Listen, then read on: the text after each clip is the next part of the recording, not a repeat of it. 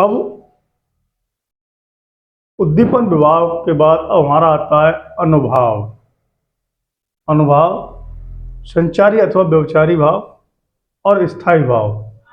तो पहले मैं आपको स्थायी भाव क्लियर कराता हूँ, उसके बाद अनुभाव और व्यवचारी भाव। तो देखिए स्थायी भाव क्या होते हैं। मैं पहले ये ब्लैक बोर्ड थोड़ा क्लियर कर दूं, उसके बाद आपको स्थायी भाव।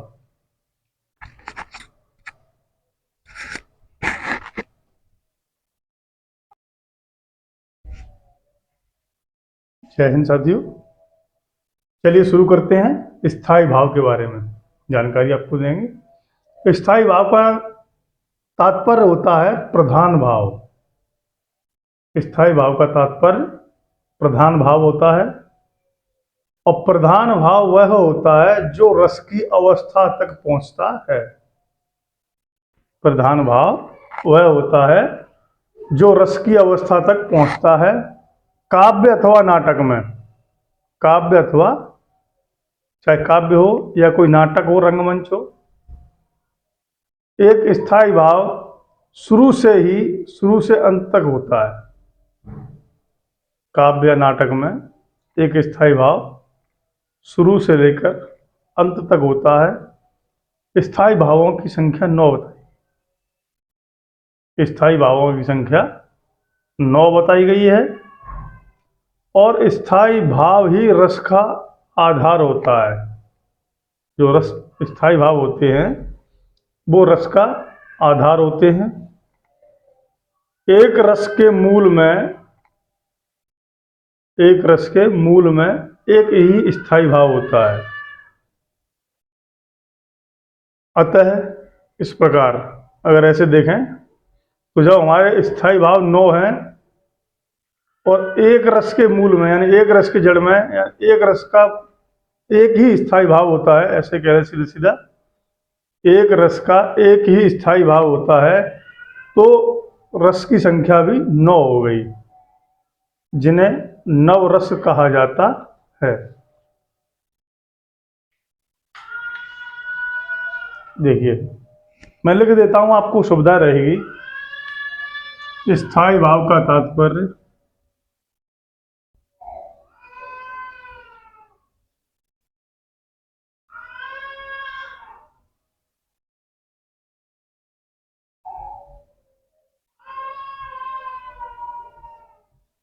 तात्पर्य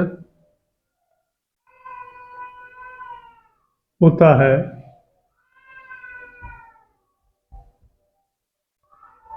प्रधान भाव।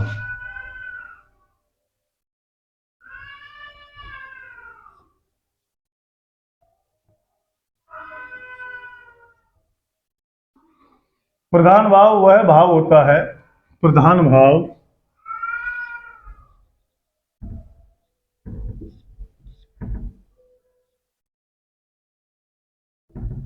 वह होता है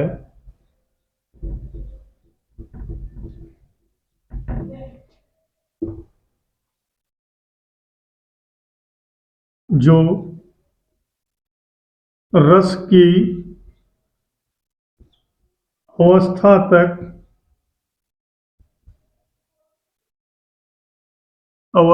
तक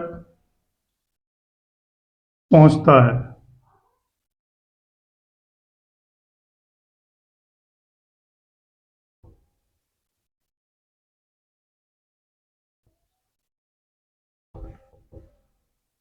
जो रस की अवस्था तक पहुंचता है। काव्य अथवा नाटक में, काव्य और नाटक में एक स्थायी भाव शुरू से होता है, शुरू से अंत तक होता है। काव्य अथवा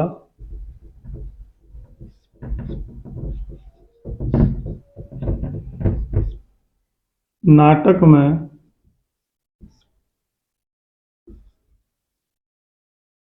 एक स्थायी भाव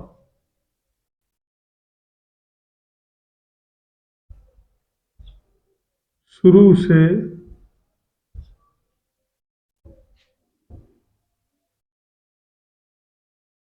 अंत तक होता है।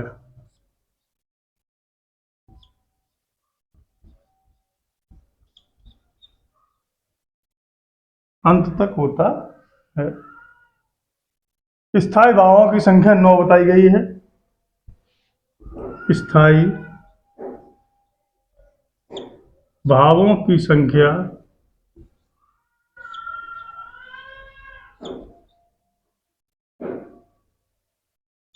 9 बताई गई है।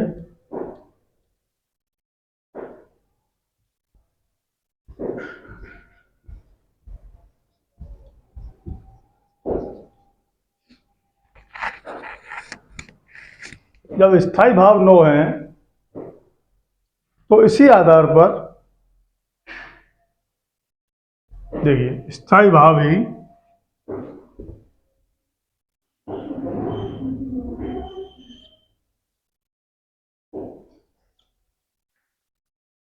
स्थायी भाव ही रस का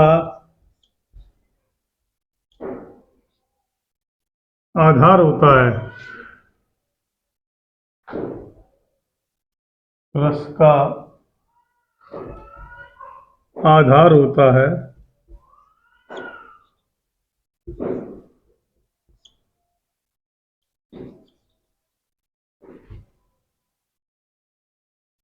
एक रस के मूल में एक ही स्थायी भाव होता है। एक रस के मूल में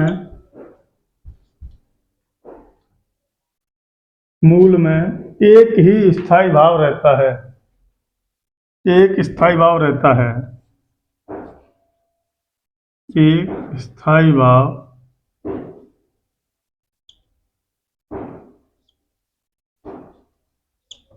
रहता है।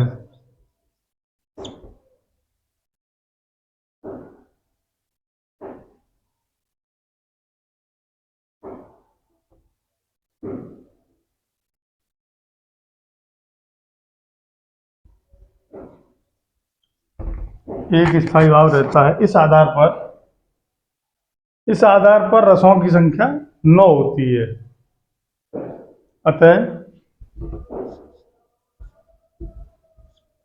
रसों की संख्या रसों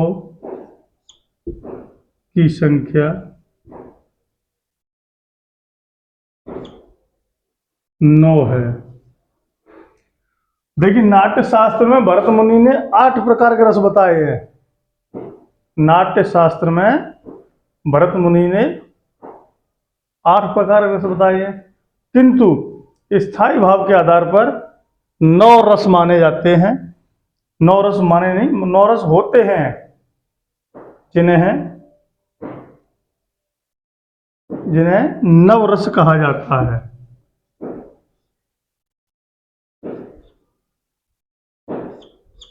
जिन्हें नवरस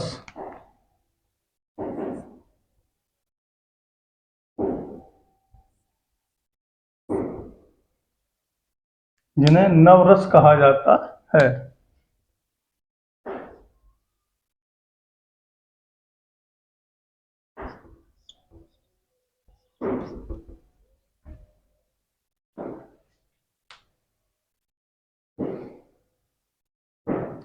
मुख्यतः या मूलतः नवरस ही माने जाते हैं। मूलतः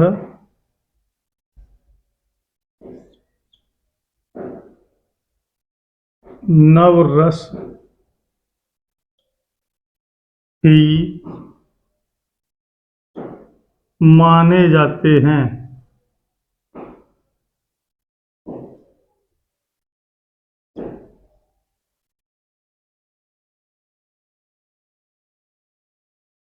मूलतः नवरस और माने जाते हैं, किंतु बाद के आचार्यों ने दो और स्थायी भावों की को स्थायी भाव की मान्यता दी है। यानी जो बाद में जो आचार्य हुए हैं उन्होंने 2 भावों को और स्थायी भाव की मान्यता दी है। 2 भाव कौन से हैं? एक है वात्सल्य और दूसरा है भगवत विषयक। एक है वात्सल्य और दूसरा है भगवत विषयक। भगवत मतलब ज्ञान संबंधी या भागवत संबंधी, और वात्सल्य मतलब बचपन का। वात्सल्य मतलब बचपन। इस तरह स्थायी भावों की संख्या 11 हो गई है, और इसी के अनुरूप जब रसों की संख्या भी 11 हो गई है।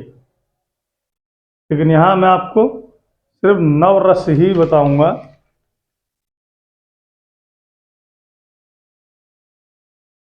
नहीं नहीं, मैं आपको 11 रस पूरे बता दूंगा। चलिए ये भी लिख देता हूँ।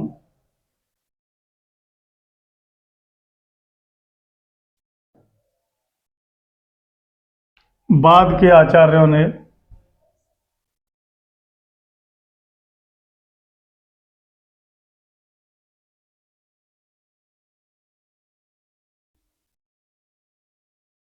आचार्यों ने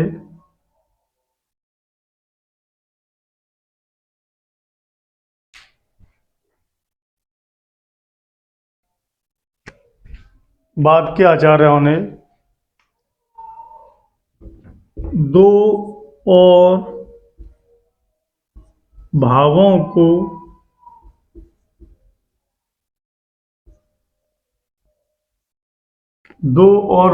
को स्थायी भाव की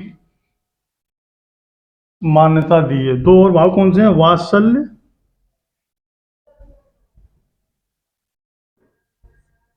एवं भगवद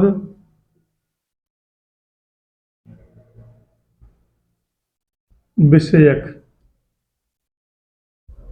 या भक्ति। भगवत विषय दो और भावों को स्थायी भाव की मान्यता दी है। स्थायी भाव की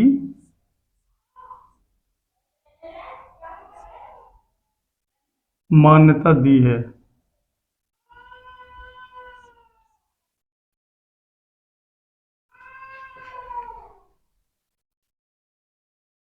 इस तरह स्थायी भावों की संख्या इस तरह स्थायी भावों की संख्या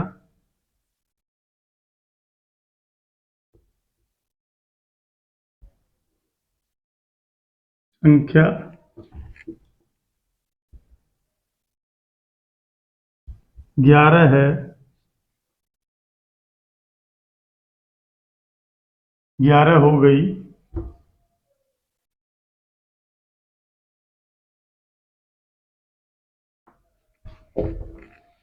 11 हो गई, और और इसी अनुरूप रसों की संख्या 11 हो गई। रसों की संख्या 11 हो गई।